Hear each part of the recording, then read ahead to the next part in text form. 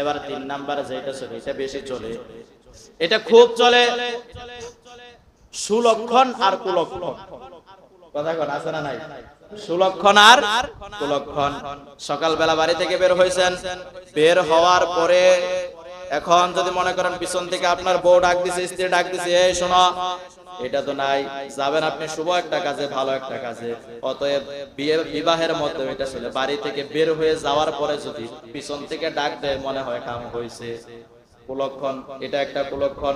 আবার আপনি প্রবাসে যাচ্ছেন, এমন সময় বাড়ি থেকে বের হয়ে যাচ্ছেন, গাড়িতে উঠে পড়ছেন, এমন সময় যদি পিছন থেকে কেউ ডাকে, মনে হয় কুলক্ষণ, আমার মনে হয় আর বিদেশে যাওয়া হবে না। এখন বলেন আমার প্রিয় ভাইরা, সুলক্ষণ আর কুলক্ষণ এই ডাকের মধ্যে কোনো কিছু আছে নাকি? আপনি যদি বিদেশ যাইতে নাও পারেন, বিবাহ আপনার নাও হয়, তারপরেও এটা বিশ্বাস করা যাবে না যে এই পিছন থেকে ডাক দেওয়ার কারণে আমার বিবাহ হইল না, পিছন থেকে ডাক দেওয়ার কারণে প্রবাসে যাওয়া হইল না। এইটা যদি বিশ্বাস করেন, আপনার ঈমান থাকবে না। কারণ আপনার সম্পূর্ণ 100% বিশ্বাস রাখতে হবে আপনার তাকদীরের উপরে।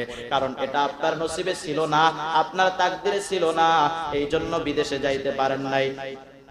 বিবাহটা আপনার তাকদীরে ছিল না, এই জন্য আপনার বিবাহ হয় নাই। এজন্য সুলক্ষণ আর কুলক্ষণে কোনো বিশ্বাস করা যাবে না। 4 নাম্বার শিরক, এটাও আমরা করে, মান্নত করা। কি করা? কথা বুঝেন? আমার কথা বুঝতেছেন? মান্নত করা, মান্নত করে না আমাদের সমাজে। এখন তো আবার অনেকে রাগ করতে পারে, আমাদের সমাজে সব থেকে বেশি মান্নত হয় ফাইলার মেলা। কথা ঠিক কিনা? কথা কয় না রে বাবা, ঠিক না বেঠিক? জোরে বলেন। আমাদের এলাকার সব থেকে বেশি মান্নত হয় কি এর মেলা? ফাইলার মেলায়। যদি অমক রূপটা যদি আমার ভালো হয়ে যায়, ফাইলার মেলায় যাব, ফাইলার মেলায় 2টা মোরগ নিয়ে যায়া নিজের হাতে জবাই করে পোলাও মাংস ভাগ করে খাবো। আছে না নাই?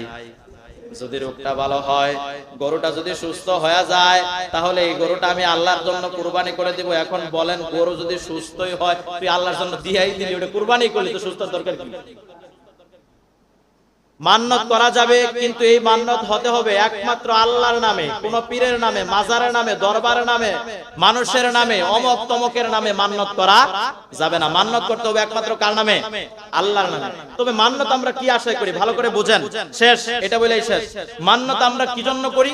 যে আমি একজন অসুস্থ মানুষ, যদি আল্লাহ তাআলা আমাকে সুস্থ করে দেন, তাহলে আমি একটা গরু কুরবানি করে দিব, অথবা একটা ছাগল দিয়া দিব, এরকমই তো মান্নত করি নাকি?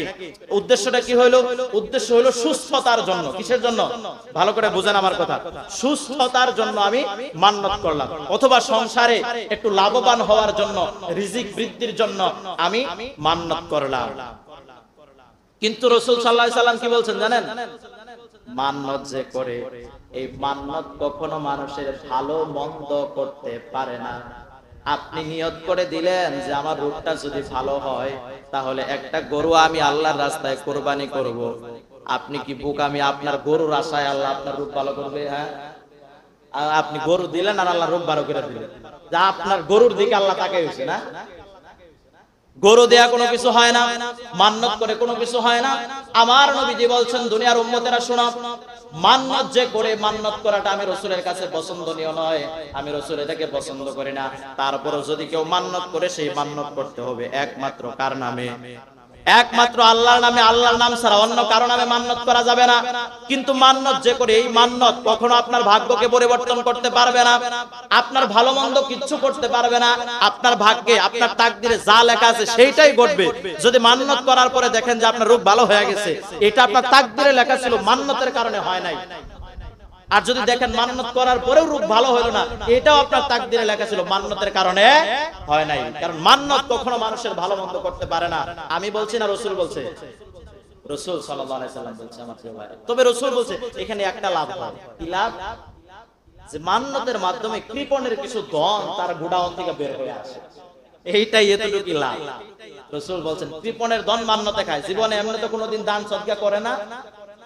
ফকির মিসকিন যদি বাড়িতে যায়, তারা দেয় না, পরে এমন মুসিবতে পড়ে যে মুসিবতে পড়ে লাস্টে মান্নত করে এরপরে মসজিদে দান করে, যখন সুস্থ থাকে তখন দেয়। তো এই জন্য রাসূল বলছেন যে মান্নত আসলে ভালো মন্দ কোনো কিছু করতে পারে না, কিন্তু মান্নতের মাধ্যমে একটাই ফায়দা হয় যে কৃপণের কিছু ধন তার গোডাউন থেকে বের হয়ে রাস্তায় চলে আসে। এজন্য আমার প্রিয় ভাইরা, মান্নত করাকে রাসূল সাল্লাল্লাহু আলাইহি ওয়াসাল্লাম অপছন্দ করতেন, তো মান্নত করা যাবে না। এখন মান্নত করলেন, যখনই আপনি আল্লাহ ব্যতীত অন্য কারো নামে মান্নত করলেন, সঙ্গে সঙ্গে শিরক করে ফেলবেন। তো আল্লাহ ব্যতীত কারো নামে মান্নত করা যাবে না, আর মান্নত করার দরকারই নেই, মান্নত করার কি প্রয়োজন? তো যাই হোক, তাহলে চারটা শিরকের কথা বললাম। আল্লাহ ছাড়া কাউকে সেজদা দেওয়া, আল্লাহ ব্যতীত অন্য কারো কাছে সন্তান চাওয়া, আপনি যেভাবেই চান, সরাসরি চান আর মাধ্যমেই চান, মাধ্যমের কোনো দরকার নাই, উভয় ভাবে আপনি শিরক করলেন। 3 নাম্বার সুলক্ষণ কুলক্ষণ, আর 4 নাম্বার হলো, 4 নাম্বার কি বললাম?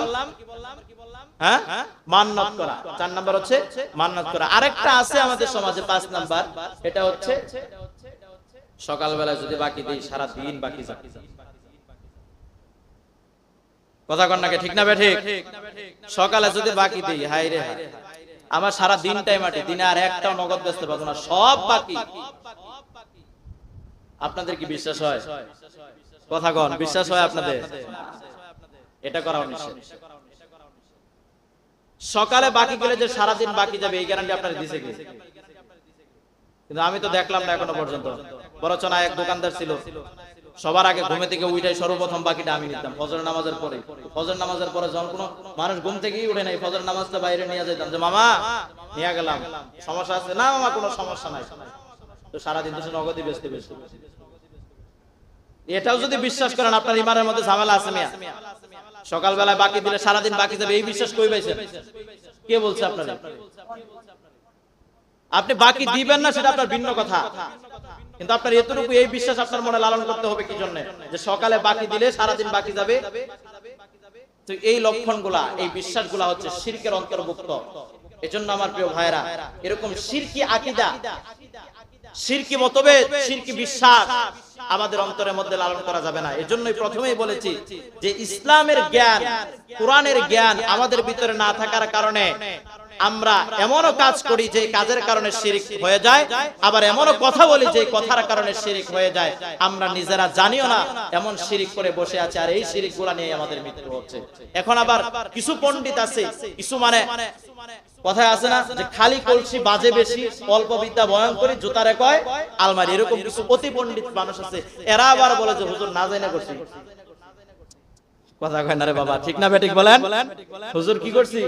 না জানা করছি। না জানা করলে আবার শিরক হয় কেমনে? না জানা করলে পাপ হয় কেমনে? এখন আপনাদের কাছে আমি বলি যে আপনি না জানা যদি মনে করেন স্পিডের বোতলের ভিতরে আপনার বাবা নিয়ে সকালবেলায় ঘাসের বিষ রেখে গেছে, আপনি তো জানেন না যে এটা ঘাসের বিষ, স্পিডের বোতল মনে করে খুইলাই মাইরা দিয়েছেন 2 ডুব। এখন কি আপনি বাঁচবেন তো না? কথা কোন, বাঁচবেন না? কেন বাঁচবেন না? আপনি তো না জানা খাইছেন, এটা তো আপনি জানতেন না। স্পিড মনে করে খাই ফেলছেন, ভালো জিনিস মনে করে খাইছেন, আপনি মরবেন কে? কারণ এটার যে ক্ষতিকারক দিক আছে, এটা আপনার উপরে ইফেক্ট করবেই, এটা আপনার উপরে প্রক্রিয়া করবেই। এজন্য আপনার মৃত্যু হয়ে যাবে। ঠিক তেমন আপনি গুনাহ করেন জেনে করেন আর না জেনে করেন, শিরক করেন জেনে করেন আর না জেনে করেন, আপনি যদি শিরকের গুনাহ নিয়ে কবরে যান তাহলে জান্নাতের ঘ্রাণ পর্যন্ত আপনি পাবেন না। আপনি জেনেই করেন আর না জেনেই করেন, বিষ না জানা খাইলেও যেমন মৃত্যু নিশ্চিত, ঠিক তেমন আপনি যদি শিরক না জানাও করেন, জাহান্নাম আপনার জন্য নিশ্চিত। প্রিয় ভাইরা আমার, এজন্য আগেই রাসূল সাল্লাল্লাহু আলাইহি সাল্লাম বলেছেন, তলাবুল ইলমি ফারিদাতুন আলা কুল্লি মুসলিম, প্রত্যেকটা মুসলমানের জন্য এতটুকু ইলম জ্ঞান শিক্ষা করা ফরজ, যতটুকু জ্ঞান শিক্ষা করলে সে কথার শিরক থেকে বাঁচতে পারবে, সে কাজের শিরক থেকে বাঁচতে পারবে, তার দিন মানাটা সহজ হয়ে যাবে, দৈনন্দিন জীবনটাকে সুন্দরভাবে ইসলামের নিয়ম নীতি মেনে পরিচালনা করতে পারবে। এতটুকু জ্ঞান শিক্ষা করা ফরজ। আল্লাহ রাব্বুল আলামিন আমাদের সবাইকে বুঝার এবং আমল করার মতো তৌফিক দান করুন।